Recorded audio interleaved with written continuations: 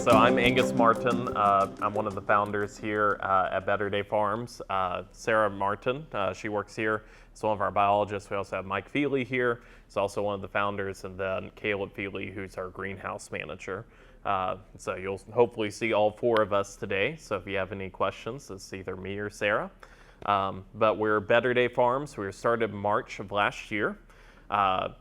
March of last year till about October of last year, we worked on food safety, food certifications, everything like that. You'll be learning a lot about food safety and certifications with Justin. We're one of the, well actually we are the only greenhouse in Oklahoma that's SQF certified for primary plant production. So SQF, large food safety certification. We have over 300 pages of documented safety quality procedures and such, and so that allows us to sell to larger retailers like Walmart, Reese's, et cetera, et cetera. So that's one of the cool things about the farm, also why we had to have you guys wash your hands and wear hairnets and do booties and all that stuff, because everything we do goes back to full traceability of all of our product. So we have roughly 12,000 heads of lettuce out in the greenhouse right now. We do about 240,000 heads of lettuce a year out of the greenhouse. So far to date, we've actually donated 120,000 pounds of produce to our community. Very passionate about North Tulsa, helping our community and giving back, and that's a big tenet and part of who we are. And so as we walk through here, you'll also see kind of all of our core value, mission, vision, everything like that. Employ a lot of John 3:16 workers, have a ministry here on site.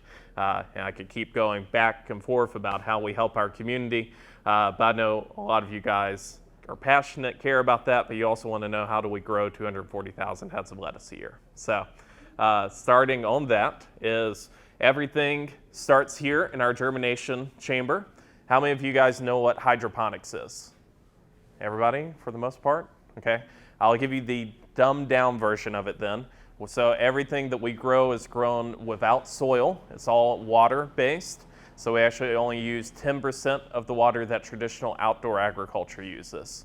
So the only water that we're accounting for is this evaporation loss and then what the plants uptakes. We do go through quite a bit of water. We go through about 1,000 gallons or so. But with that, all that we're doing is this what the plants uptake, because lettuce is obviously what? Water and a little bit of cellulose. So everything here is grown in rock wool sheets. Normally I pass this around and I'm happy to do that for you guys. But rock wool, what it is basically, we call it rock cotton candy. So they take rock, they put it in about a 1,200 degree vat, and then they spin little threads of rock, and then it all gets compressed into a cube. And so it's just a rock substrate. We take that, we put about 200 seeds in.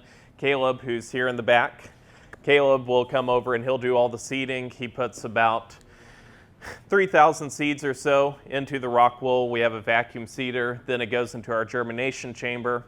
With our germination chamber, whenever we were doing open air germination, we were only getting about 70-80%, sprouting. And then here, with using this chamber, we get about 98%. So worthwhile investment for us was actually buying this and using it. And so it gets our perfect temperature, perfect humidity, everything like that. So we use something called an NFT system. It's a nutrient film technique for how we grow our produce. And so with that, everything is grown in these channels. So this room that you're standing in right now, this is what we clean all of our channels in. Everything's sterilized, run through. Mike had this great idea about converting an old commercial dishwasher into how we actually clean our channels and such. And then in here is where we actually pack. The cool thing about our packing scenario is that greenhouse 75, 80 degrees. Then we bring it through here. This room we cool down to about 50 to 55 degrees, slowly bringing down the temperature of the product before it goes into our cooler that's 36 to 38 degrees. That reduces condensation, and we get shelf life on our product of almost 2 to 3 weeks on everything. So big selling point for grocery stores, people like that. Again, they're buying local. They're not waiting 5 days for their product to come in from California. And then we all know that nutrient density, everything like that, is a lot better at the start of, whenever you first harvest the product. So, all right. You guys ready to go into the greenhouse? So, cool. So I will warn you, the greenhouse is pretty loud at the front, so I'm going to yell as loud as I can. Whenever we get to the back, if I need to repeat anything, let me know, okay? One of the cool things that also, going back to our SQF certification, is with SQF, we have to show full traceability of all of our product. So we use a program called Luna for our greenhouse management. And with Luna, again, we have 12,000 heads of lettuce out here. You could literally come over, pick one head of lettuce, and I could tell you exactly when it was started, what rock wool sheet, how much fertilizer has gone into it, lot number, seed number, everything, full traceability. Once it goes out to the grocery store, you can pick any box and we can tell you exactly when it started, what temperature it was at, and we have everything in the greenhouse on this computer system to where we show harvest dates, when we need to destroy crops, when we need to move crops, everything like that. And so as you're walking past into the greenhouse, feel free to look at this and see, some of the cool data that we have for our greenhouse. Everything is very data driven here at the greenhouse. So in our greenhouse, again, it's an NFT system. Can everybody hear me? Am I yelling loud enough? Okay, cool. I won't be able to talk down there. Second group, good luck. But with our system, it's an NFT system, so we have water constantly coming out of these little spaghetti tubes. So water's constantly flowing out of the system. With that, all of them go into these channels. The whole greenhouse is all graded at a 2% grade. So what happens is the water comes into these channels, everything goes back to these middle pipes, everything flows back, and then underneath each of the bays, we have a 1,200-gallon tank underneath it. And so with that 1,200-gallon tank, everything is recycled through, and then we have a fertroller system here that does all of our measuring and monitoring for the greenhouse. So we mix all of our fertilizers here on site. We use natural source minerals. Everything's to organic standards. We're not actually organic certified. We haven't had any of our customers necessarily want that, but it's something we could easily kind of flip the switch and do if we wanted. So with that, you'll see that we have two different fertilizer barrels here. One of them's more iron and calcium. The other one is more salts. And so the salt one has more Epsom salts and sodium and such. And then we also use sulfuric acid here too. Our water comes in at about 8 pH. We regulate it down to about 6 pH. It's what our lettuce likes. And so we actually use the sulfuric acid for that. And then with the fertilizers, people will ask us, how do you monitor how much fertilizer is in there? We use something called EC. EC stands for electrical conductivity. How many of you remember from high school science class that iron and salts and stuff produce electricity? Well, with them producing electricity, we can actually measure how much electricity they're producing in the water. So we keep our water at about 1.6 EC, so 1.6 electrical conductivity of our water. And so that's how we're constantly monitoring. So we'll start to move down this way, and then we'll show you kind of full lifespan.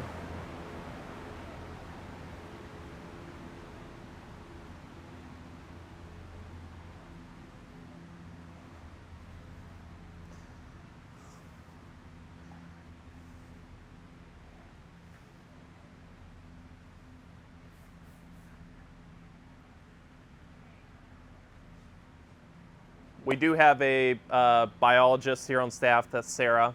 I think she's great. We're married, so, obviously. So Sarah actually has an environmental science, a biology degree, has all these water testing from Auburn and everything like that.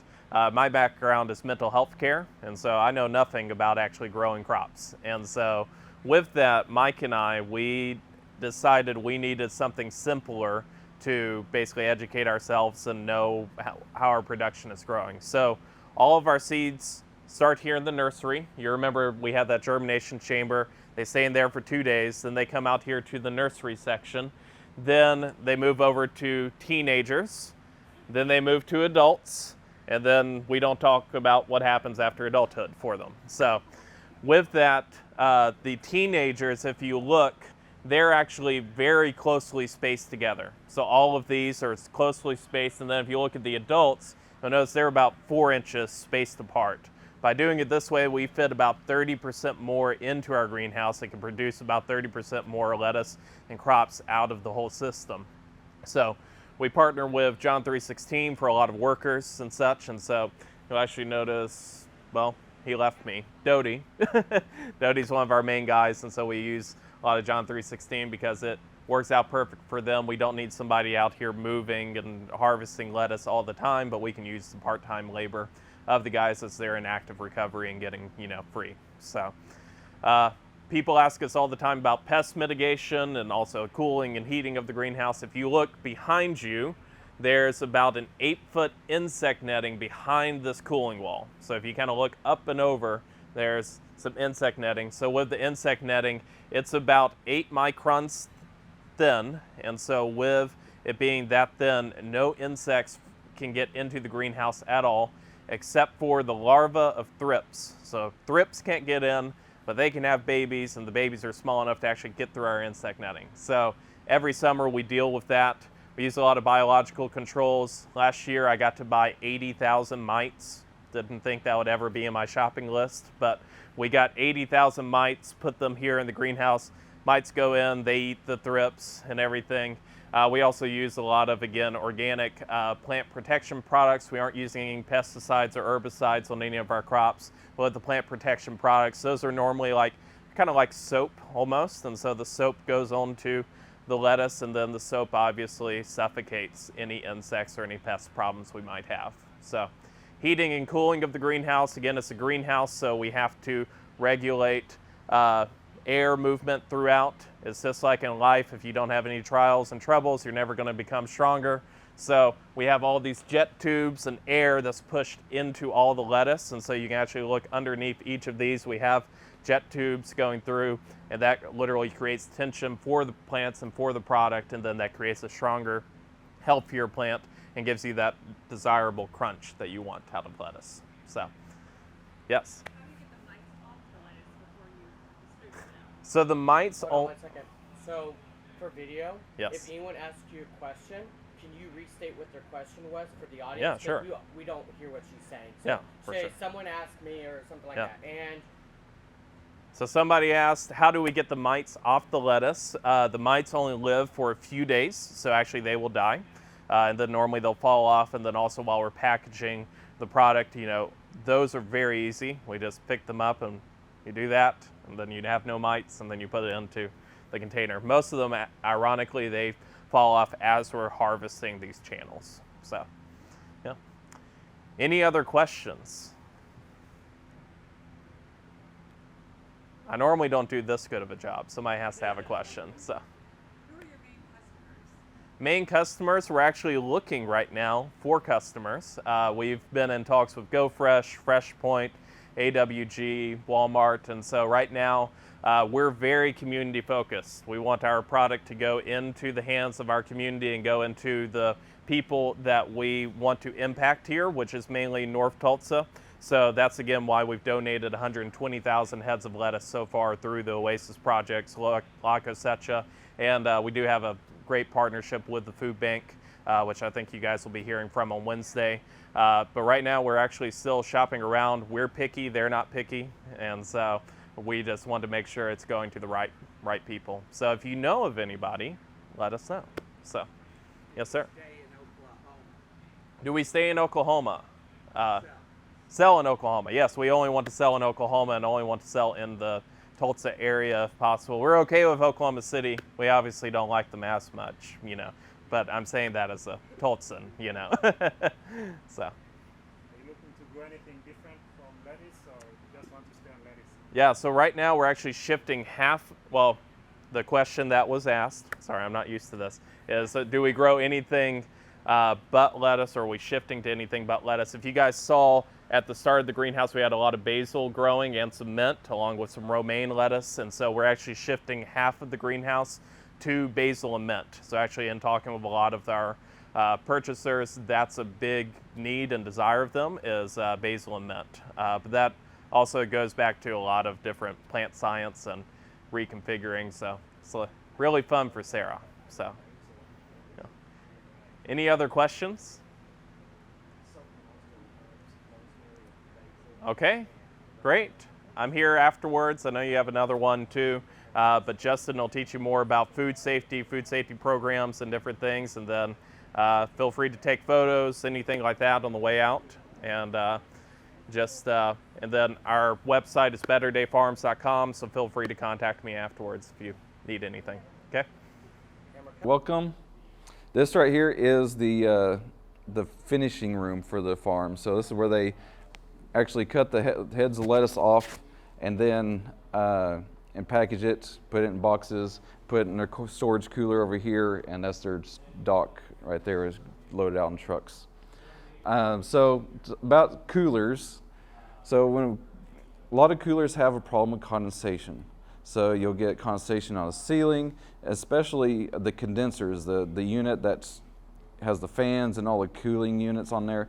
That creates a lot of moisture. That moisture we do not want falling onto our food, because it can have Listeria monocytogenes, which is a food bacteria that can make you deathly ill. And when we're talking produce, that condensation can have mold in it, and that mold can rot your food. So that's another reason why we want to capture all that condensation and get it outside that room. So if y'all want to, you can, but it's not much room back there. But you'll see the condensing unit, and that condensing unit is completely encased in metal, and especially the bottom where there's like a drip pan, they call it, and then coming out of that drip pan is a tube, and that goes to the outside of the room. And so that lets all that water run out from that condensing unit outside the room, so we're not getting condensation in there. In here in our processing room, we have the floor grates. We don't want standing water in here. That's actually part of the produce safety rule, no standing water. So when they clean, they just clean towards the grate, mop everything towards the grate, and they have squeegees on a broomstick. They can squeegee water to the grate to get water out of here. That's standing water on the floor is also another Listeria concern. Over here is their processing tables. They are stainless steel, and they're smooth, rounded. When you're looking at buying processing tables for where you're going to have food contact, that's always important to make sure I have smooth surfaces that are cleanable. We do not want absorbent surfaces. We've seen some farms that's growing melons. When they take those melons out of the field, they like to put them on a trailer, and they want that trailer to be cushioned. The problem with that cushioning is cushion material is often porous. It can hold dirt, water, pathogens, all kinds of things. And so we do not like to see that cushioned floor. You could use like a sealed rubber mat. That would be the best if you do want cushion. But a lot of our farms are finding that cushion really wasn't as important as they thought that it was. We have seen farms that were using like hay or maybe like some kind of foam type material. Those things are absolutely not a good idea, because that foam and hay can never be washed. And I've seen a lot of hay barns, and those hay barns always are covered in mouse poop, raccoon, possums. They love that hay. And so I have never seen clean hay. So I would never use that as a cushion because there's no way it's sanitary. Over here we have the hand washing sink. So before they do harvesting, they do rewash their hands, even if they were previously clean. We're going to rewash them again because we're about to touch that final product before it goes out the door. And then this is where they will package up those packages of lettuce. After each production day, they'll come in here, wash this down with a good soap and water, and then use sanitizer. You cannot sanitize a dirty surface, so we want to make sure we use soap and water first to get it clean, and then you come in with a sanitizer to kill any pathogens that may have been on there. Earlier, he probably talked about the dishwasher, right? So we have our trays, our grow trays. It's good to always give those nice, clean, refreshing wash before we use them. not just for food safety, but a big part of that would be for mold in this hydroponic system. We want to keep the mold down because that can harm our plant growth. So over here we have our chemical storage. That's where they keep their sanitizers and cleaners. We want to make sure that they're locked up in a safe place so they can't leak on anything. We don't want that accidentally getting on food or getting on people that could be hazardous to their health. And so we have some signage over here: no eating, no drinking, no smoking. That signage is because that's part of the produce safety rules. Like, you cannot eat or smoke even in your produce fields or in your production area. You need a designated place for that so that you're not contaminating the food and that you are able to wash your hands before returning to your work. And then also, if you look around the base of the floor in certain spots, there's one down there, you have the little traps, the sticky traps, as to catch mice if we get any mice in here. That is more of a monitoring station, not so much of an eradication station. It just lets you know you have a problem. If you do have a problem, then you need to get a professional to help take care of that. The bait stations, you can use bait stations, but you want them outside of your production area. You do not want to attract the pests into the room with bait. You want to attract them outside with bait. So that's your first line of defense, would be bait stations around the exterior of the building.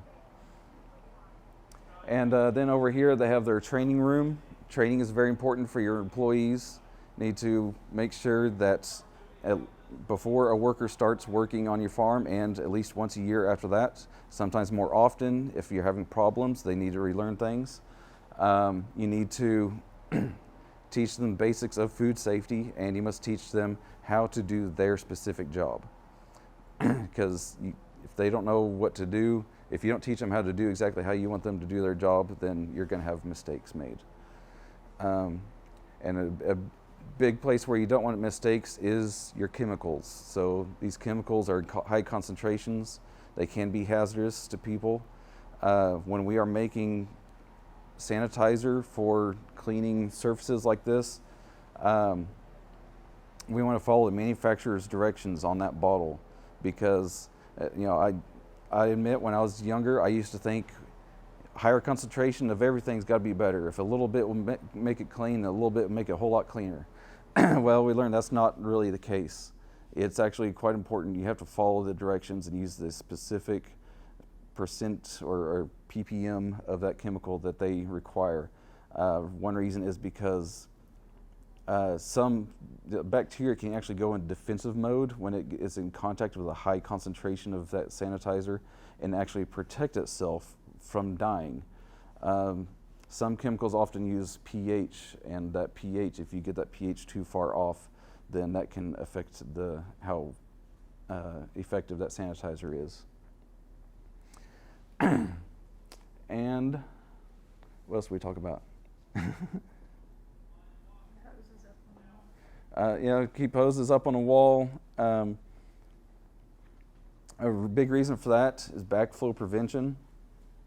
We don't want, so if there was, like we had sewage back up into this room through that grate, and if that hose was sitting on the ground, that sewage could get up inside that hose and get into our water supply. So that's why we want that up off the ground, to make that air gap so that we're not getting sewage into our water supply.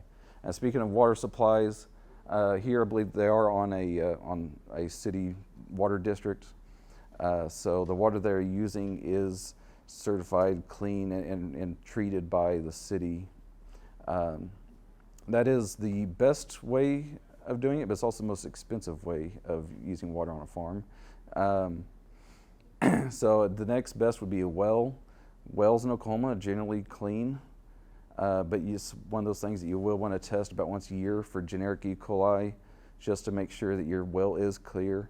If it's not, then we can shock it and clean it up. If we keep getting positive results on that well, then we have a problem with that well. We need to find out what is going on. Maybe we need to, maybe there's a leak in the cap of that well, or maybe we have a sewage line somewhere nearby that's leaking, and so we need to take care of that. Yeah, questions, yeah. So, like in Maine, they're having issues even on organic farms with PFAS being taken up from the water. Are you guys preemptively testing for forever chemicals, PFAS in the water? Because I know No. cities don't. Right. Okay, pause. So for video, Uh-huh. you can't hear her talk. So can you just can you say the question was asked? Say the question to the audience, then answer the question. Uh-huh. Yep. Go for it. Okay, so the question was, are we requiring testing for PFAS in water? And no, we aren't. The produce safety rule only covers E. coli because E. coli is a generic E. coli because E. coli is it's a fecal bacteria. Everybody has it, right?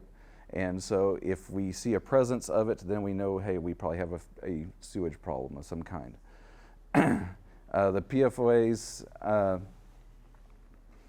yeah, I'm not even sure any third-party audits are requiring it. I don't think they are.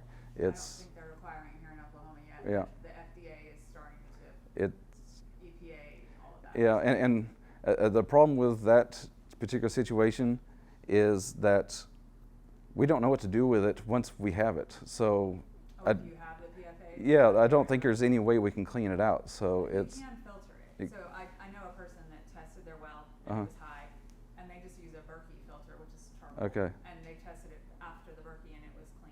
really, So there are ways, but it's going to be expensive for this. Okay. kind of- So- They do have inline filters for water hoses to do the same thing. yeah, and this facility in that hallway over there is actually a reverse osmosis system.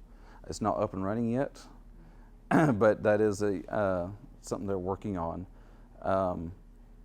And a big reason of that would be sometimes even our city water systems fail, right? Sometimes we have maybe a power outage, there might be a boil water alert, it might be a broken line somewhere that gets your water all dirty. And so they do have that reverse osmosis system that they want to get running so that if there is a problem, then they could take care of that. Yeah. At our facility, and it might be just the health department or the city, but we were required to put backflow preventers on Mhm. every water hose. And I was noticing This has a backflow. is there one? Okay. Yeah, right there. Oh, yeah. I didn't notice it. I didn't see it from over Yeah. here. So that was my question. Yeah, so his question was, are there backflow preventers on the water lines? And yes, there is one there on on this faucet here. Yeah, backflow preventers are definitely necessary for all water connections.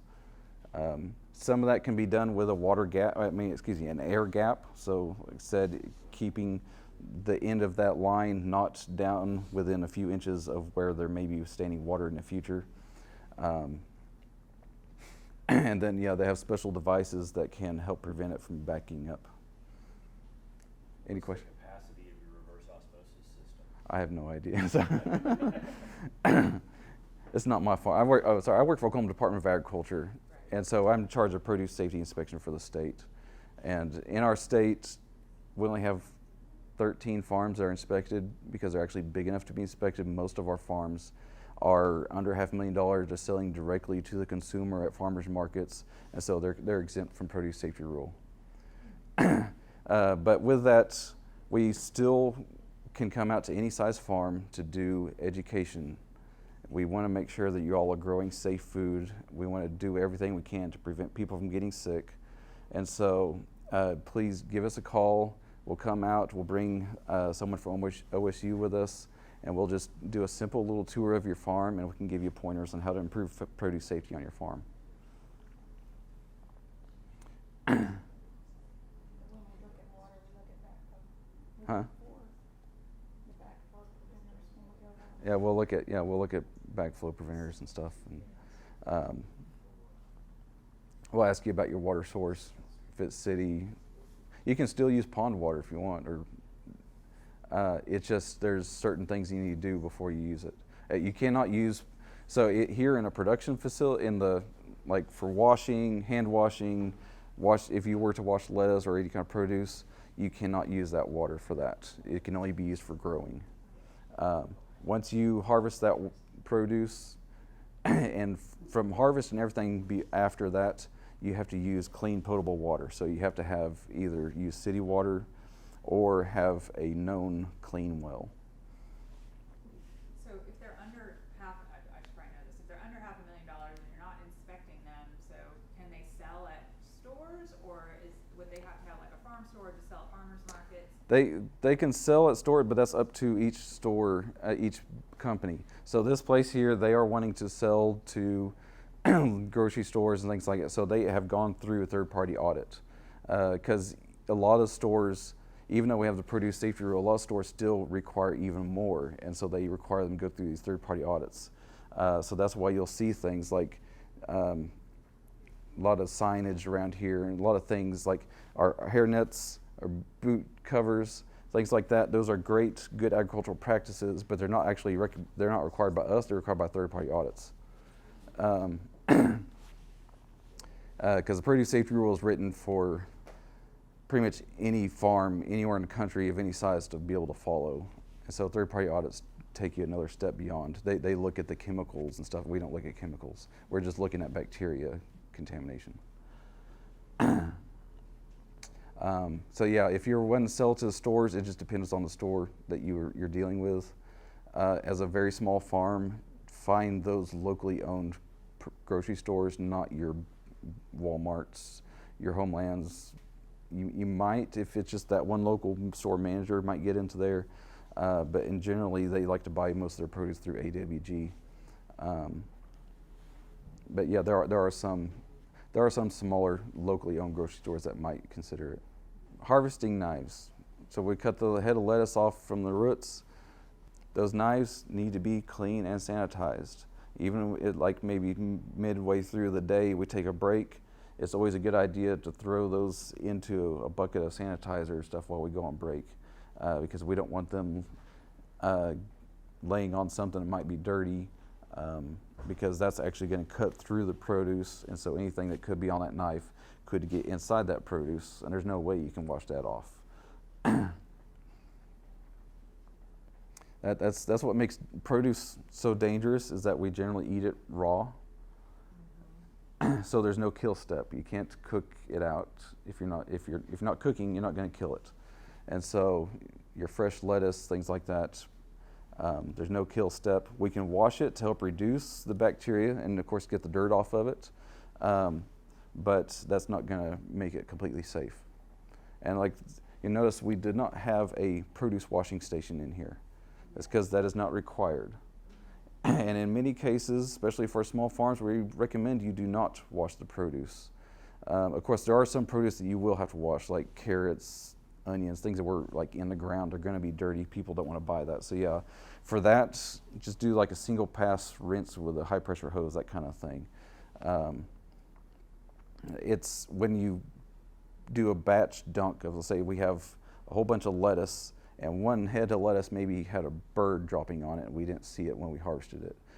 We throw them all into one big tub full of water to wash it. Now that fecal bacteria went from that one head of lettuce to all the heads of lettuce, right? So now everybody can get sick. Equal opportunity, right? So that's why if we do that kind of wash in a big tub like that, we always want to put a sanitizer in there, food safe sanitizer according to the manufacturer's directions, because that prevents that bacteria from spreading through that water. It helps kill it while it's in there. So they don't wash theirs. Right. So yeah, they don't wash produce here. So, but a lot of when you buy lettuce at the store, it says pre-washed. Right. Yeah, a lot of those. Yeah, a lot of those are bagged as some mixes of things. I love them. They're great. But yes, so the pre-washed ones, as a consumer, when you buy those in store, you don't have to wash those because they have been pre-washed. And our experts at OSU say that actually you washing it home might make it worse. So, but if it's not pre-washed, then definitely when you take that produce home as a consumer, it is your job to make sure you rinse it or use some kind of light sanitizer solution to help wash that produce. So if it has been washed, like a bag salad, Yeah. they use, even if it says organic, they use some kind of sanitizer on that. Yeah, they have to. Yeah, they have. Yeah. And as my experience with growing lots of lettuce, that once you wash lettuce, the quality dramatically drops, where Like they said, their lettuce is good for 2 to 3 weeks. I guarantee you their lettuce is probably good for 4 weeks. Yeah. And when you wash it, you've got about a week to 2 weeks in reality to have good, fresh, crisp lettuce. Yeah, and that's when you're growing berries, strawberries, blueberries, things like that. Mushrooms, if you get water on those, they immediately start to deteriorate. So that's one of those things that you'll never see washed in a grocery store. When you take them home, they need to be washed right before you eat them. And sometimes lettuce, all vegetables really, but lettuce is prone to it if you don't have the water temperature, the same temperature as your heads of lettuce. When you dump it in there, especially if it's colder, that the cells on that lettuce will suck in. So any bacteria on the outside of that lettuce will actually go into the cells, and the washing doesn't help a whole lot anyway. Yeah. And it'll suck in that chemicals you don't want. So it's kind of more counterproductive than helping, in my experience and the research I've read. Yeah. Thank you for bringing that up. We do cover that in our Produce Safety Alliance class. There's a slide that shows what happens if you take a cantaloupe and you maybe as a cantaloupe has been out in the hot sun that you just harvested, so it's 90 degrees, and you bring it in and you dunk it in some sanitizer wash that is at 50 degrees, and then they put a dye in that water, and then when they took it out of the water, they sliced it up, and you could see where that dye went halfway through that melon. So when you wash your produce, you want the interior temperature of that produce to be within 5 degrees of your wash water to prevent that. Just changed my mind about wanting to pre-wash stuff. Yeah, it's important, when you're washing produce to make sure that your wash water and your produce close to the same temperature. So that may require you buying a thermometer and actually probing a melon. So, but that means that melon is yours. You're not selling that one.